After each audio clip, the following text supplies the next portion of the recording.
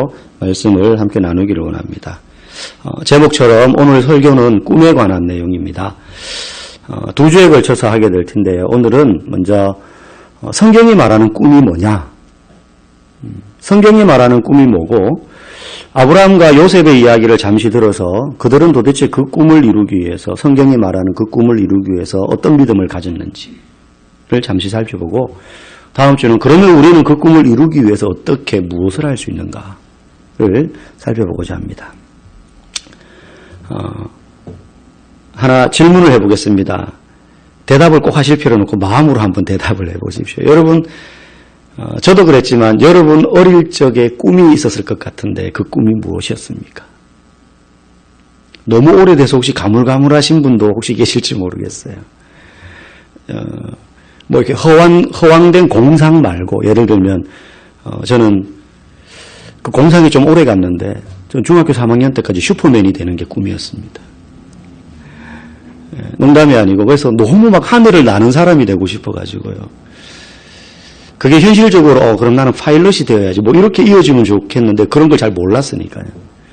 아주 막 오늘 밤에 막 나는 꿈 꿨으면 좋겠어. 그러고 막 마음속에 간절히 염원하고 자면요 진짜 나는 꿈속에서 막 제가 막 나르고요. 심지어는 그 다음 날에는 어제 꿨던 날아갔던 그 장소를 생각하면 그 다음 날에는 그 뒤부터 또 날아가요 제가 꿈에서. 이런 거 허황된 거지만 아마 여러분들 꿈이 다 있었을 거라는 거죠.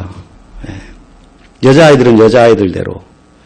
제가 설교를 준비하면서 초등학교 한 1학년, 2학년 그 어린 여자아이들은 도대체 그때 무슨 꿈을 꿨을까? 잘 이렇게 선뜻 이렇게 추론을 못 하겠더라고요. 남자애들은 너 장래희망이 뭐야? 그러면 대통령이요. 별 생각 없이 아무 근거도 없죠. 대통령이 제일 높은 사람이니까. 뭐 장군이요. 제 할아버지는 장손이다 보니까 저희 집안에서 아무래도 이렇게 기대감이 있잖아요. 장손이 탁 태어났으니까. 그래서 두 가지를 항상 저에게 이야기하셨어요. 하나는 육사를 가서 장군이 되거라. 그러니까 되거라는 아니고 됐으면 좋겠다. 하나는 아니면 의사가 되었으면 좋겠다. 둘 다 저는 전혀 상관없이 살았습니다. 뭐 육사 가야지 이런 마음도 먹은 적이 없고 의사 되야겠다는 생각을 해본 적도 없어요.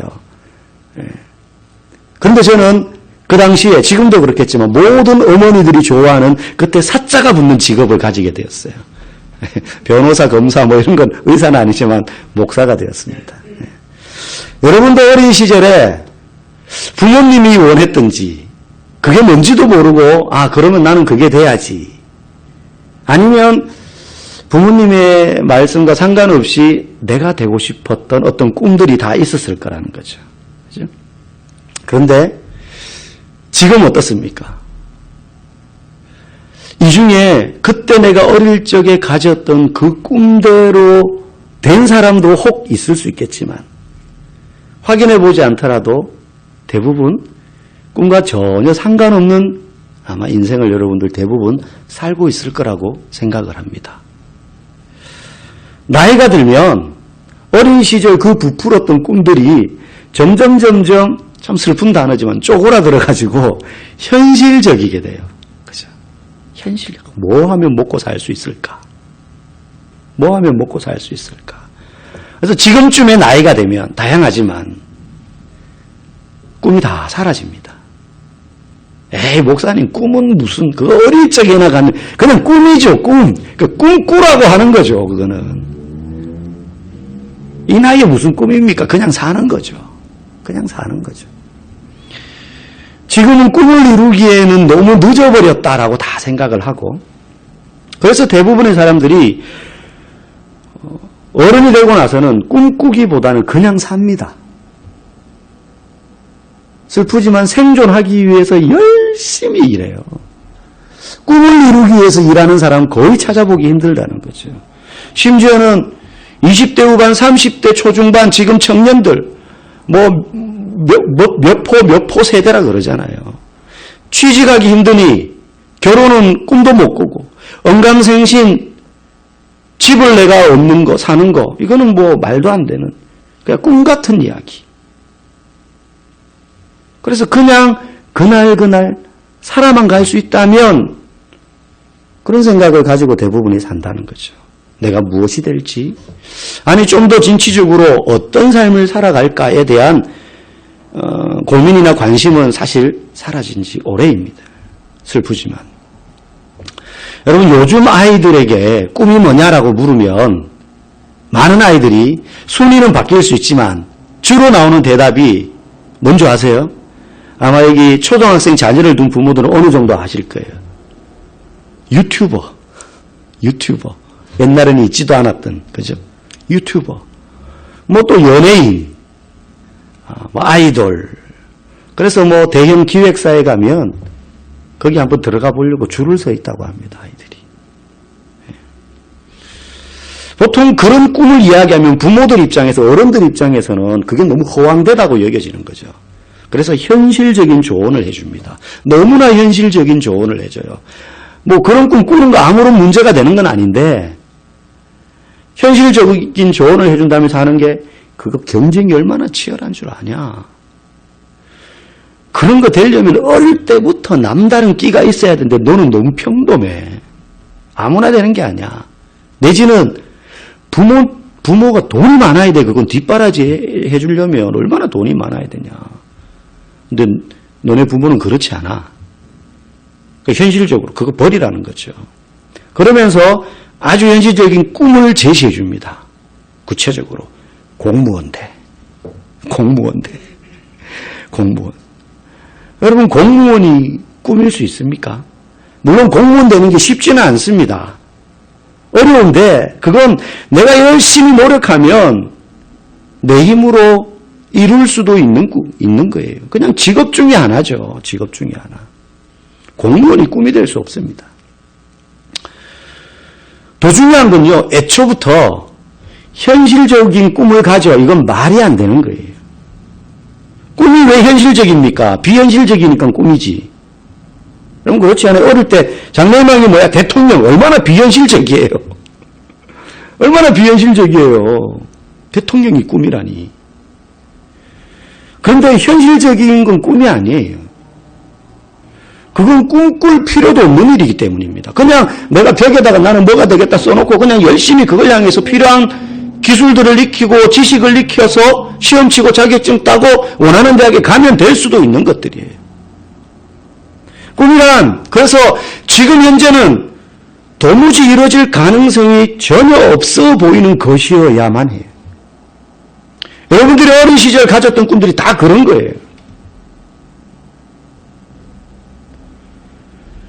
꿈을 꾼다는 건 그런 겁니다. 아무리 계산기를 두들겨 봐도 이리 가도 저리 가도 몇 번 추구 뜯겨놔도 실현 불가능해 보이는 것이야말로 꿈으로서의 가치가 있는 거예요. 여러분 자녀들이 허황되어 보이는 그런 꿈들을 이야기할 때 현실적으로 생각해. 그거는 꿈꾸지 말란 소리예요. 성경에 보면 꿈이라는 말도 많이 나오지만 비전이라는 말이 많이 나옵니다. 하나님의 비전. 우리 그런 이야기 많이 하죠. 하나님 비전을 주십시오. 너의 비전은 뭐냐? 교회에서는 그렇게 많이 말하잖아요. 그죠? 성경에서 말하는 비전이 뭐냐?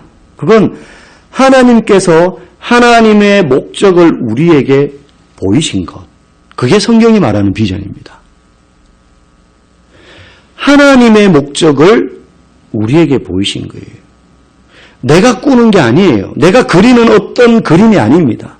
나의 꿈과 야망이 비전이 아니라 하나님의 꿈과 목적이 나에게 보여지는 것이 비전이라는 거예요. 그래서 그건 나이와 상관없어요. 내가 지금 하루 벌어 하루 먹고 사는데 그것과 상관없어요. 하루 벌어 하루 먹고 사는 나의 환경과 처지와 지금 내 나이를 보면 무슨 꿈을 가지기 늦었어요. 그런데 하나님이 가지고 계신 목적은 언제나 유효하다는 거예요. 그래서 야망과 비전의 차이는, 야망은 내가 되고 싶은 것, 내가 하고 싶은 것, 내가 갖고 싶은 것을 바라는 겁니다. 그러니 내 지금 처지를 보면 그걸 도저히 바랄 수가 없거든요. 그렇지 않습니까? 비전은 반면에 하나님이 이루고자 하시는 뜻과 목적이에요. 그걸 나를 통해서 이루는 거죠. 그래서 차이는 야망은 나로부터 시작되는 무엇이고 비전은 하나님으로부터 오는 것입니다. 비전이 왜 중요한 줄 아세요? 단순히 세상의 야망 말고 방금 말한 하나님이 주시는 목적과 비전이 왜 중요하냐? 잠언 29장 18절에 보면 묵시가 없으면 백성이 방자히 행하거니와 라고 되어 있거든요. 묵시가 없으면 사람들이 버릇이 없어지는구나 하나님 앞에서 이런 정도의 의미가 아니고 여기서 묵시가 바로 비전이에요. 비전. 백성이 방자에 행한다는 말은 비전이 없으면 망한다 이 뜻이에요. 다시 말하면 열심히 교회를 다니고 있고 나는 내가 성도인 줄 알고 있는데 하나님이 주신 비전이 무엇인지 모르고 살아요. 하나님이 주신 비전이 뭔지 모르지만 열심히 교회는 나오고 모태신앙인으로서 열심히 신앙생활을 해요. 주일 잘 지키고 기도하고 합니다. 그런데 하나님이 주신 비전이 없다라는 것은 그 사람은 교회는 열심히 나오고 있는데 삶의 목적이 없이 그냥 가는 거예요. 그런 백성은 망할 수밖에 없는 거죠. 겉으로 어떻게 보일지 몰라도 예수님이 비유를 들었잖아요. 부자와 거지 나사로. 그냥 볼 때 부자는 잘 살았습니다. 쌓을 곡간이 적어가지고 곡간을 더 넓힐 걸 고민할 정도로 부유한 사람이었어요. 그런 삶을 살았어요. 그런데 그는 비전이 없었어요. 하나님이 주시는 뜻과 목적과 전혀 상관없이 그냥 자기가 먹고 싶은 것대로 얻고 싶은 것, 가지고 싶은 것을 누리며 살았는데 그 마지막에 어떻게 됐습니까? 망했잖아요. 망했잖아요. 그래서 비전이 없는 백성은 망하는 거예요. 여기서 사는 동안은 어떻게 보일지 몰라요. 근데 마지막은 망하는 거예요. 그런데 하나님께서 우리에게 비전을 주실 때, 다시 말하면 하나님이 우리를 통해 이루고자 하시는 꿈과 목적을 보여주실 때 그것들은 다양하지만 전부 다 공통점이 있는데 시간이 지나면 언젠가 이루어질 일이거나 내가 노력하면 이룰 수 있는 어떤 것을 비전으로 결코 주시지 않습니다. 왜냐하면 그건 굳이 하나님이 우리에게 꿈꾸게 하지 않아도 내가 열심히 노력하면 내 힘으로 이룰 수 있는 것이기 때문이에요. 예를 들면 열심히 공부해서 원하는 대학에 들어가는 거 그거는 꿈꾸지 하나님이 굳이 주지 않아도 내가 생각해서 나 저 대학에 들어가려면 수학 성적 몇 점 더 올려야 되고 가해받고 열심히 노력하면 갈 수 있어요. 열심히 일해가지고 돈 모아서 저축해가지고 대출받아서 내 가게 차리는 거 그건 하나님이 꿈꾸라고 주실 수 있는 그런 게 아니에요. 그냥 내 계획이지, 내 야망이죠. 하나님이 우리에게 비전을 주시고 꿈꾸게 하실 때는 중요한 원리가 있는데 내가 가진 크기만큼의 일을 비전으로 주시지 않고 하나님 크기만큼의 일을 우리에게 보여주신다는 거예요. 이 차이는 어마어마합니다. 내가 열심히 노력해서 내가 가진 자원을 다 끌어모아서 지혜와 지식과 경험과 힘을 다 끌어모아서 이룰 수 있는 어떤 일을 하나님이 굳이 우리에게 꿈꾸라고 주시지 않아요. 그렇지 않겠습니까? 내가 열심히 하기만 하면 되는 건데 그걸 이뤘다고 해서 하나님이 그렇게 기뻐하시지도 않아요. 왜? 하나님이 주신 것과 상관없이 이룬 것이니까. 하나님 크기만큼의 일을 우리에게 비전으로 주실 때라야 우리는 기도하게 돼요. 왜? 야, 이거는 내가 도저히 내 능력으로 내가 가지고 있는 걸 우리 영끌이라 그러잖아요. 영혼까지 끌어모아도 이룰 수 없는 일이야. 하나님이 아니면 안 돼. 기도하게 되는 거예요.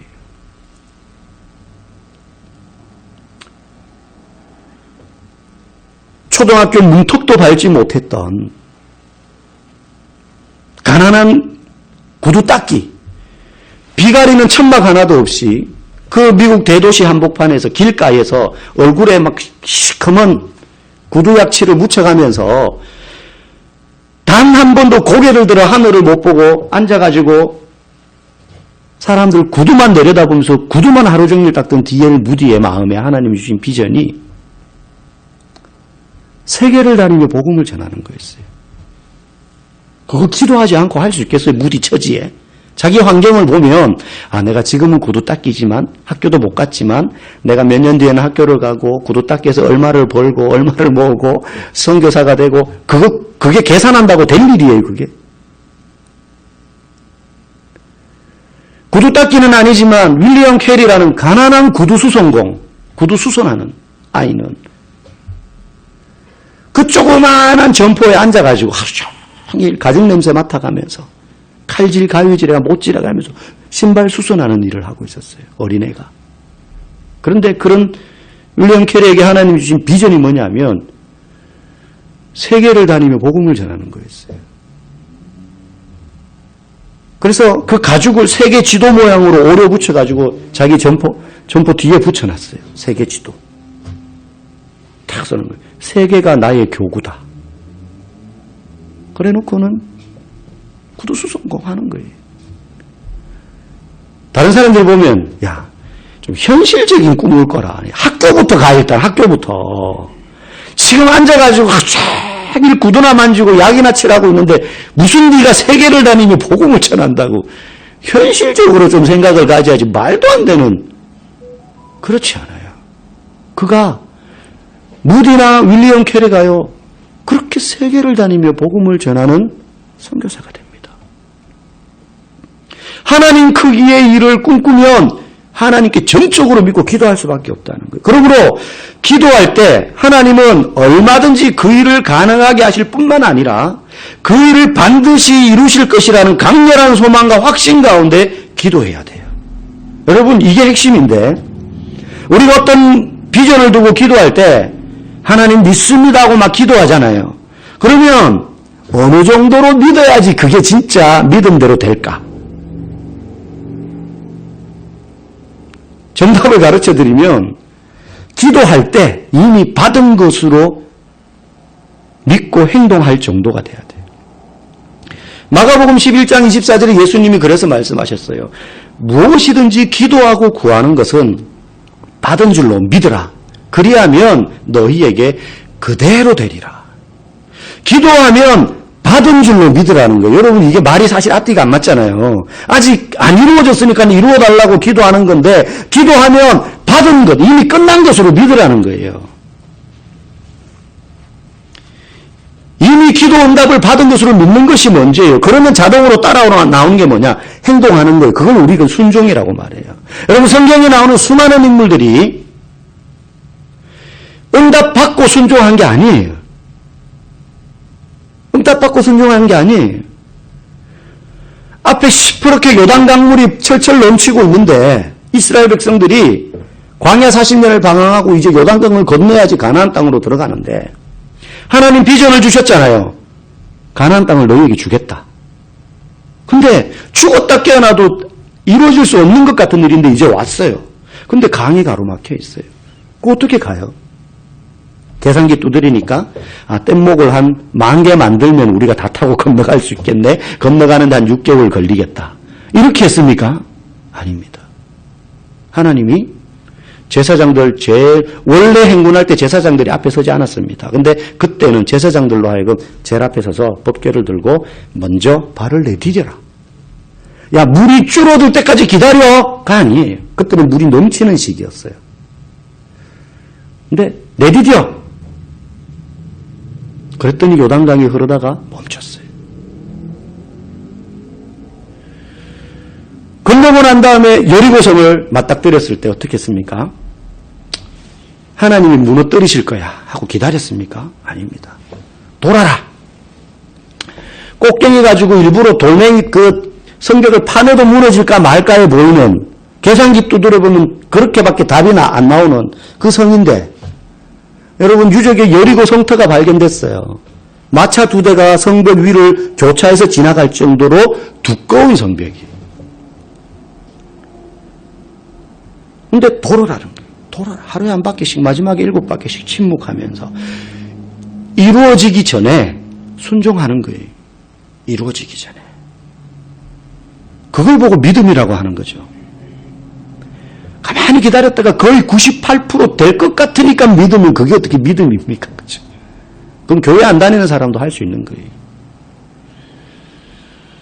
그러면 어떻게 기도 응답을 받기 전에 그렇게 믿을 수 있나? 그냥 말이 그냥 그렇게 생각하라는 거지. 아니에요. 진짜 받은 줄로 믿고 행동한 사람들이 성경에 있단 말이에요. 아브라함이 하나님께 어느 날 비전을 받습니다. 네 아들 이삭을 제물로 바쳐라. 여러분, 비전이라는 게 막 기쁘고 즐겁기만 한 게 아니에요. 축복을 고난으로 위장된 비전도 있어요. 순교회장 같은 거죠. 궁극적으로는 하나님의 축복이지만 얼마나 힘든지도 몰라요. 이삭을 바치래요. 이게 어떻게 얻은 아들인데. 그런데 히브리서 11장 29절에 보면 아브라함이 그 비전을 받고 어떻게 행동으로 옮길 수 있었는지 이유에 대해서 이야기해요. 그가 하나님이 능히 이삭을 죽은 자 가운데서 다시 살리실 줄로 생각한지라 그랬어요. 여기서 생각했다는 말이 믿었다는 뜻이거든요. 근데 이 생각한지라는 말의 원래 단어의 의미가 뭐냐면 신중히 고민해서 논리적인 결단에 이르렀다 이 뜻이. 그냥 생각한다는 게 하나님 다시 살리실 거야. 그냥 이게 아니에요. 아브라함이 너무 쉽게 바치라고 하니까 바쳐야지 이렇게 생각한 게 아니에요. 여러분이 아브라함이라면 그렇게 귀하게 얻은 아들을 바치라고 하면 쉽게 결단하겠어요? 내가 잘못 들은 거 아닌가? 몇 번 하나님 다시 3-4번 아닙니까? 다시 똑같이 말씀해 주시면 내가 믿겠습니다. 라든지 내가 잘못 들었을 거야. 이거 환청이야, 환청. 막 부인하고 싶지 않겠어요? 그리고 민기적 되고 막 미루고 싶지 않겠어요? 그러다 코 깨가지고 억지로 끌려가더라도. 아브라함이 죽은 자 가운데서 이삭을 다시 살리실 줄로 생각한지라 할 때 이 생각한지라가 아브라함이 그 말씀을 가만히 들었는데 가만히 생각해 봤어요. 하나님이란 분이 지금까지 자신에게 약속하신 것을 지키지 않으신 적이 한 번도 없는데 가만히 생각해 보니 그런데 이번에 이런 말도 안 되는 요구를 내게 하시는 것을 보면 분명히 뭔가 뜻이 있을 거다. 왜 그런지는 모르겠는데 그럴 때 많잖아요. 하나님 도대체 왜 내게 이런 일이 생기게 하시는지는 몰라요. 그 순간 우리가 모를 때가 많아요. 아브라함도 똑같았을 거란 말이죠. 그런데 분명히 뭔가 뜻이 있을 거다. 하나님이 이 아들을 통해서 많은 민족을 이루겠다고 하셨고 그 증거로 먼저 낳은 이스마엘까지 쫓아내라고 하셨는데 내가 약속을 이룰 아들은 이 아들이다 라고 나에게 몇 번 이야기하셨는데 그런데 이 아들을 죽이신다는 것은 뭔가 앞뒤가 안 맞다는 거죠. 곰곰이 생각해 보니까. 그래서 하나님이 이런 앞뒤 안 맞는 말씀을 하실 리가 없다. 그러니 아브라함이 믿었던 가능성은 살리실 거다. 죽기 전에 막으실 줄은 모르고 살리실 거다. 죽이더라도.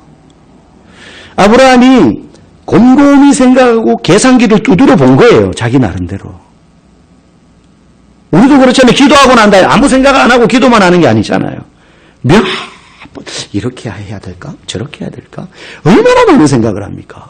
근데 우리는 계산기 두드려보고 끝나고 생각해보고 이건 아니야. 이건 답이 안 나와. 이건 안 돼. 하고 끝내요. 근데 아브라함은 신중히 생각하고 믿는 것으로 결론을 내린 거예요. 그 차이. 우리도 막 기도하고 고민하는데 우리는 믿음으로 결론 내리지 않는 경우들이 많다는 거예요. 실컷 기도하고 실컷 고민했는데 안 돼 이거는 망하는 거야. 이거는 그렇게 결론 내린다는 거죠. 여러분 아브라함이 무턱대고 대책 없이 모리아산으로 간 게 아닙니다. 그는 하나님이 왜 이런 일을 시키셨는지 신중히 생각해서 논리적인 결단 끝에 그래 하나님이 이런 분이니까 믿자. 그 차이 그거 하나 차이. 생각하고 계산한 것만이 아니라 하나님에 대한 믿음으로 이어진 거예요. 그래서 아브라함은 자신의 아들을 바치라고 하신 말도 안 되는 하나님의 명령에 순종하면서도 이 아들을 다시 살릴 것이라는 사실을 확실히 믿었고 그 믿음대로 행동한 겁니다. 행동하기 전까지는 치열한 고민과 신중한 생각들이 있었겠지만 결론을 딱 내리고 난 다음에 믿음으로 순종한 거예요. 이루어지기 전에. 다시 살리시기 전에 행동한 거예요. 순종한 거죠. 그래서 그 행동은 그 아들이 아직 살아있는 시점에 이미 다시 살아난 것처럼 거침이 없었어요. 거침이 없었어요. 여러분, 믿음이란 어떤 문제 앞에서 계산기를 두드리는 것이 아닙니다. 또 무턱대고 믿습니다 하고 믿습니다 암시하는 것도 아니에요. 먼저는 하나님이 어떤 분인지 분명히 알아야 돼요. 그래야 믿을 수 있어요. 하나님에 대한 확신이 없으면 긴가민가해요. 기도해놓고도. 그리고 그 하나님이 얼마나 신실하신지, 내 삶이 얼마나 그분이 믿을 만한 분이었는지, 어떤 환경에서도 하나님은 자신의 목적과 뜻을 이루시는 분이라는 사실을 치열한 고민 끝에 신뢰하는 거예요. 믿음은 거저 쉽게 믿습니다 한다고 믿어지는 게 아닙니다. 믿음의 정체는 치열한 고민과 갈등이 있는 거예요. 그리고 믿음이 하나님이 선물로 주시는 거예요. 그 끝에.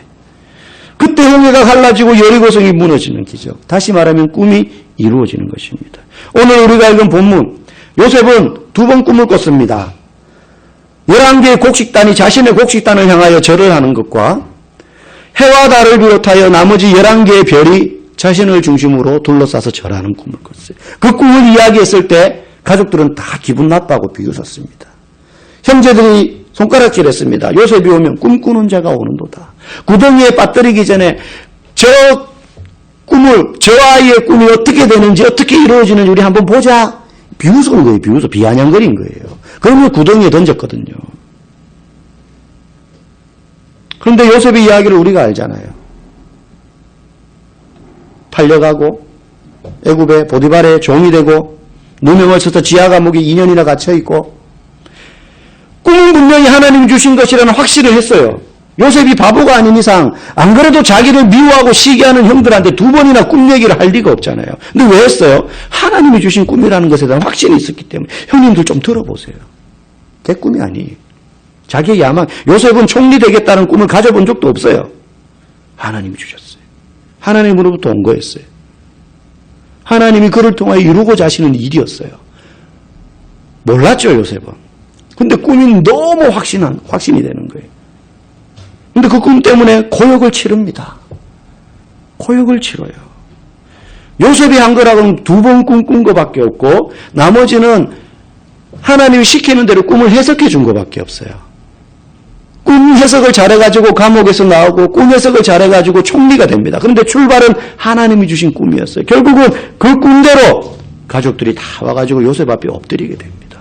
그런데 놀라운 건 요셉은요, 꿈꾸는 자라 그랬는데 비전의 사람이란 뜻이죠.